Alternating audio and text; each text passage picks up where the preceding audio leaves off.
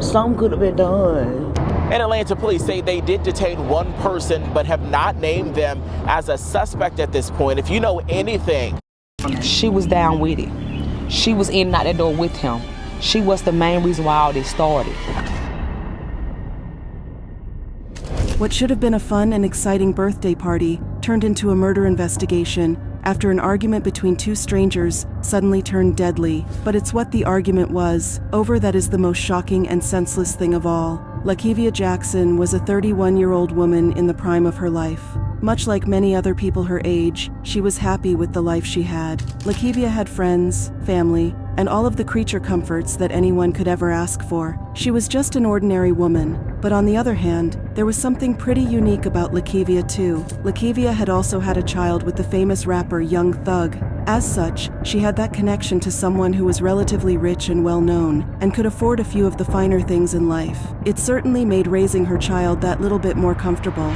There can be no doubt that Lakevia loved her son, but it's also very true that money can buy you happiness. Despite what some people may say, the people in her life were extremely important to her, especially her friends. With one of Lakevia's friends' birthdays coming up, a small group of the friends decided that they wanted to go out and celebrate the occasion. They chose to keep things relatively low-key yet fun, and selected a local bowling alley as the place that they would go. There they could bowl, talk, drink, catch up, and generally have a good time. But it was on the night of March 17, 2022, what should have been a fun evening at the Metro Fun Center, a popular bowling alley in Atlanta, turned into a nightmare.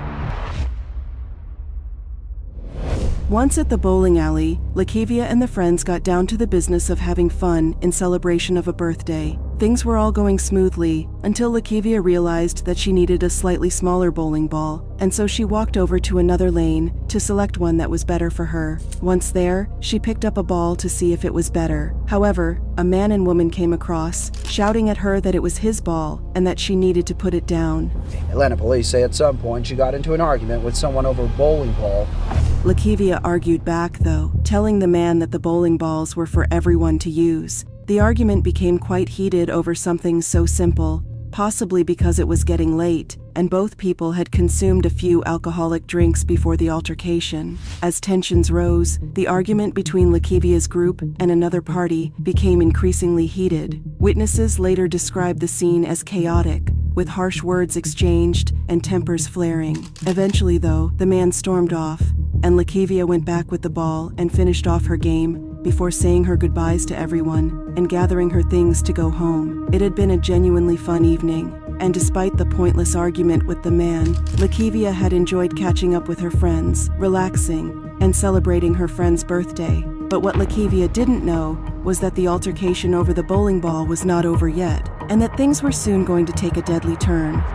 As far as Lakevia was concerned, the altercation about the bowling ball was done and dusted, and she had pretty much put it to the back of her mind. But as she walked out into the parking lot, things flared back up in the most horrific of fashions. It was there on that cold March evening that the situation reached a deadly climax. A person, reportedly involved in the earlier dispute, started walking towards Lakevia with a cold look in their eye.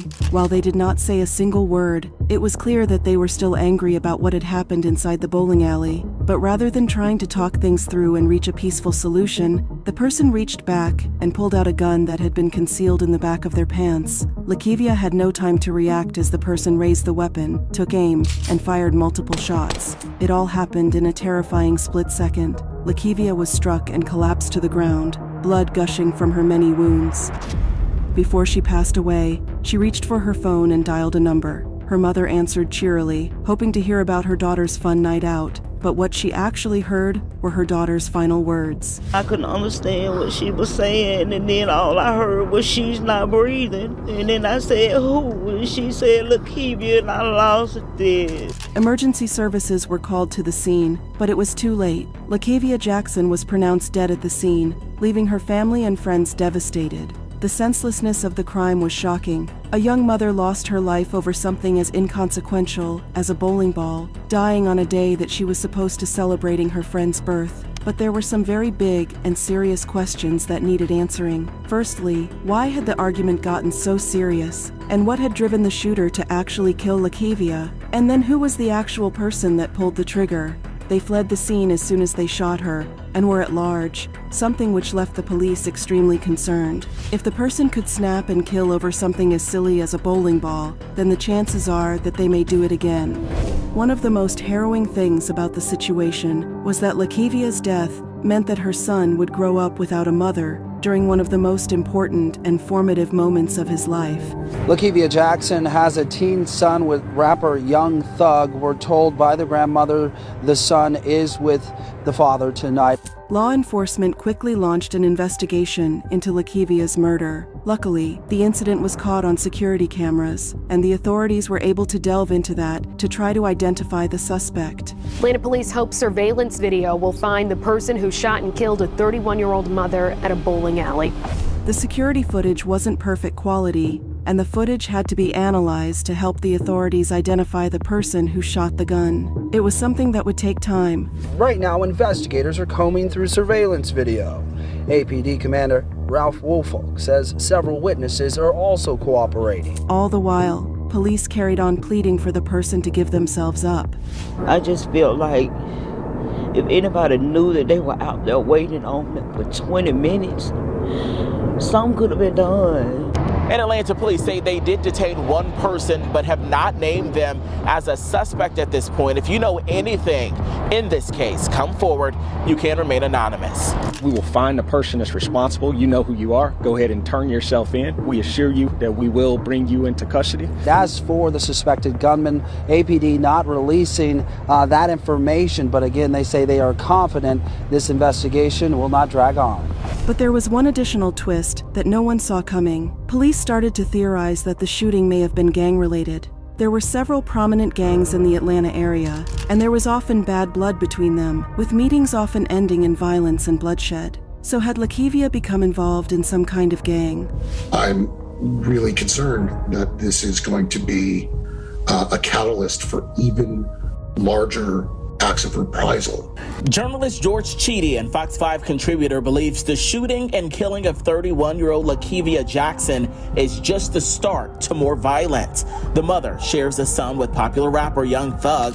Atlanta police say the shooting was a result of some sort of argument over a bowling ball at the Metro Fun Center on Metropolitan Parkway. But while Lakevia might not have been part of any gang, Young Thug, the father of her baby, was known to be involved in that world. This led authorities to wonder if this was a way of punishing the rapper and getting to him without physically getting him. Cheedy believes Jackson was used as a target, and this all stems from a long-running war with rival gangs YFN and YSN. I think somebody was going after Young Thug any way they could get to him. Atlanta police would not comment on if gang retaliation played a part in the shooting, but say they are continuing their investigation. Look, I love rap music, and I'm not here to beat up on the music. I'm here to say that the music cannot be allowed to be an excuse for violence. Cheedy says as homicide numbers rise, it's going to take a collaborative effort with police, city leaders, and the community. Finally, though, the analysis from the security footage came back, and police were able to identify their primary suspect. But when they saw the person who actually murdered Lakevia, they were shocked and angered, yet somewhat unsurprised. The individual was a person who was known to have a history of violence and had been arrested many times before. But while they were known to police, the truth was that they had no idea where they were. The person moved around from place to place, avoiding the police like the plague, all while continuing with their criminal behavior. And while violence was one thing, to actually kill someone was on an entirely different level of violence, and the police needed to stop them once and for all. After several days of hunting, one arrest was made, though police didn't say much about them. It was clear that they had been part of the argument with Lakevia, and police suspected he might have been the one to have pulled the trigger and killed her. The person, a man later named as Joshua Fleetwood, was arrested and taken into custody for their part in the altercation that led up to the murder. This too was a relentless investigation in which we worked through the night and into the next day and trying. So I'm here to check out Keith. He's interested in setting up his LLC for his business. I'm gonna show him. Taylor Brands, come along with me. So the business that I'm looking to launch is a clothing brand called Green Print Apparel. What if I told you that there's a tool that you can leverage that will simplify the process? I'm to gather all the facts and circumstances regarding the investigation, and we are happy today to announce that our elite fugitive team was able to pick up Mr. Joshua Fleetwood. But that was not the end of the story, and there were still plenty more twists to come. Developing tonight, a convicted felon with 16 previous arrests sits in jail right now, accused of shooting and killing a mother outside of an Atlanta bowling alley. As the case moved through the courts, LaKavia's family and friends struggled to come to terms with their loss. The case garnered significant media attention, not just because of its senselessness, but because it highlighted the growing issue of gun violence in America. The idea that a disagreement over something so minor could lead to murder was hard for many to comprehend. They got in an argument over a bowling ball. They were on adjacent lanes in which the time they were bowling, and that argument escalated. At no point was there any weapons inside of the location. At no point did anyone come there with the intentions of hurting anyone or firing upon anyone. This was not a drive-by. Then, of course, there was the fact that LaKavia was the mother of rapper Young Thug's baby. This was another thing that shone a lot of light on the case. But one day, the police had a breakthrough in the case.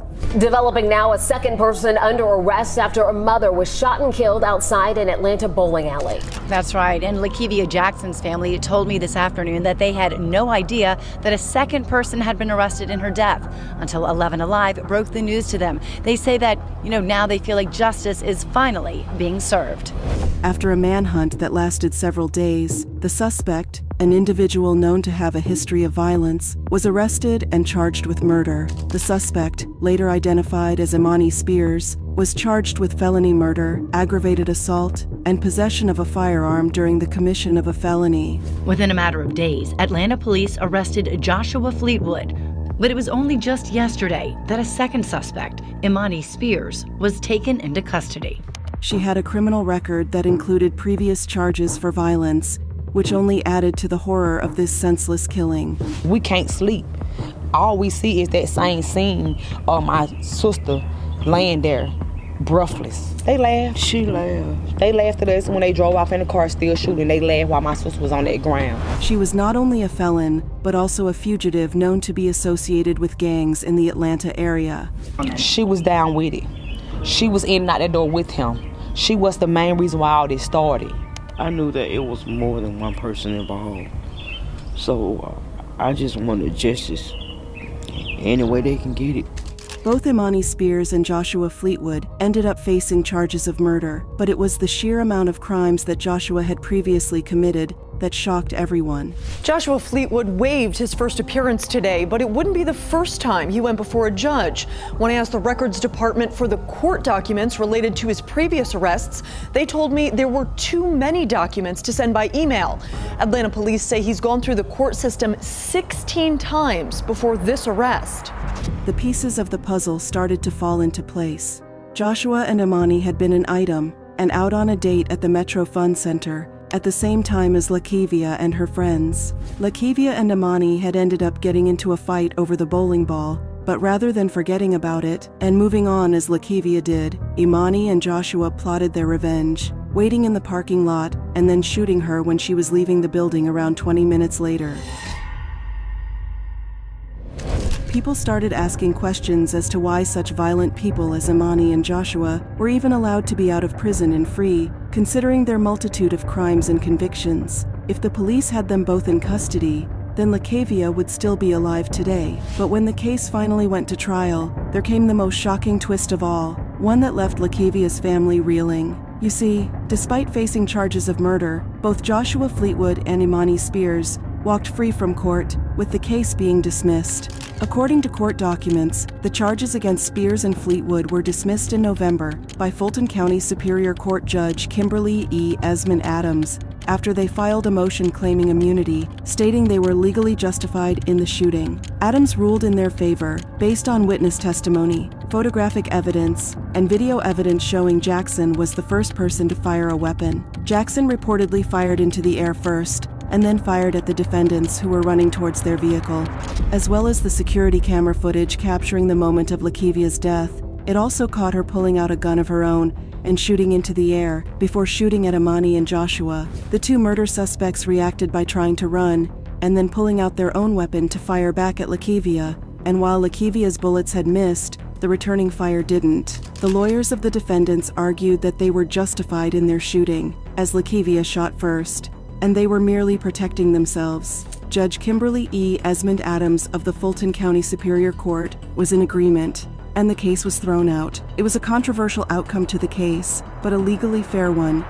Of course, nothing would ever bring Lakivia back. No amount of justice or punishment. She was gone, leaving behind her family and friends, and not least of all a son who desperately needed her more than anyone else in the world. Her death was senseless, and over something ridiculously simple and petty. Her mother summed up the grief the best. As for Lakivia's mom, pain and grief now fills the void left behind by her daughter's senseless death. Call me just to hear my voice. I'm gonna miss that. Of course, with blame on both sides, this case is not as clear-cut as people initially thought it would be. So now it's over to you. What did you think of this tragic story? Who do you think shot and killed Lakivia? Was it simply a disagreement over the bowling ball, or was there more to it than meets the eye? Also, how do you feel about the charges being dropped? Be sure to leave your thoughts and opinions